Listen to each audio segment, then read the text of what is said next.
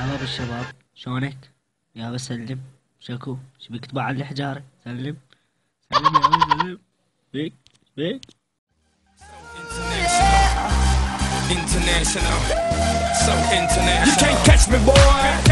I'm overseas at about 100 G for show. Don't test me, boy. Cause I rap with the best for show.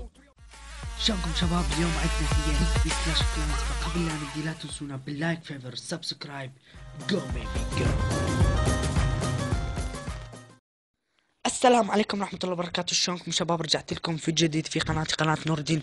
نعم يا شباب، اليوم عندنا سنيك بيكات، هو سنيك بيك واحد، وراح اطلع لكم ايضا صورة مال سنيك بيك القديم، لان ما راح اقدر انزل سنيك بيك القديم لان مع صار قديم الناس كلش عرفوه.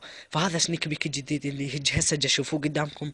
نعم، اللي هو جندي جديد. نعم، قرر شركة سوبر سيل انه تنزل اخيرا، نعم، انه قررت تنزل جندي جديد كلاش اوف كلانس. راح ترجع اللعبة الحلاوتها، راح نرجع نلعب بيها مثل قبل. الان طبعا كنت ساحب عليها بس راح ارجع لها الان.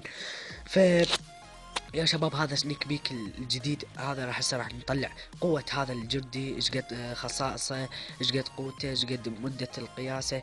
بس قبل لا هاي انا ما راح اقدر انزل سنيك بيك القديم، فهسه راح اطلع لكم صورة، واللي سنيك بيك القديم اللي هسه راح تطلع صورته. اذا يا شباب، هاي هي صورته اللي هي عبارة عن مورتال ليفل 9 وانفيرنو تاور ليفل 4.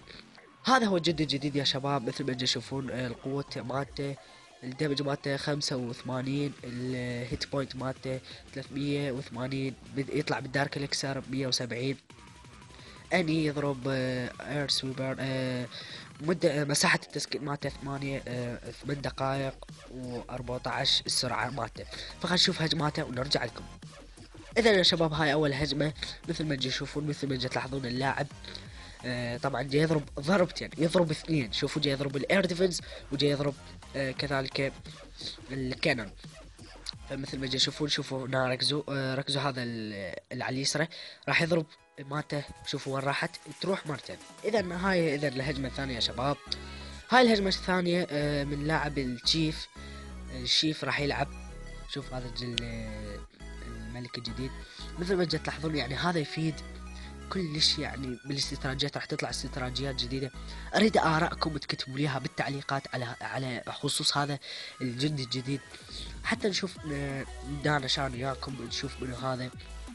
تعالوا بصفحتي على الفيسبوك راح تلقوها بالوصف. فمثل ما تشوفون شطحنا عن الموضوع الهجمة. فمثل ما تشوفون الهجمة شغالة حتى الآن، يعني والله كلش زين. استراتيجيات جديدة، نزل فريز سبيل، الجندي الجديد جاي يقاوم. والله كلش فعال ويا هذا الملك الجديد.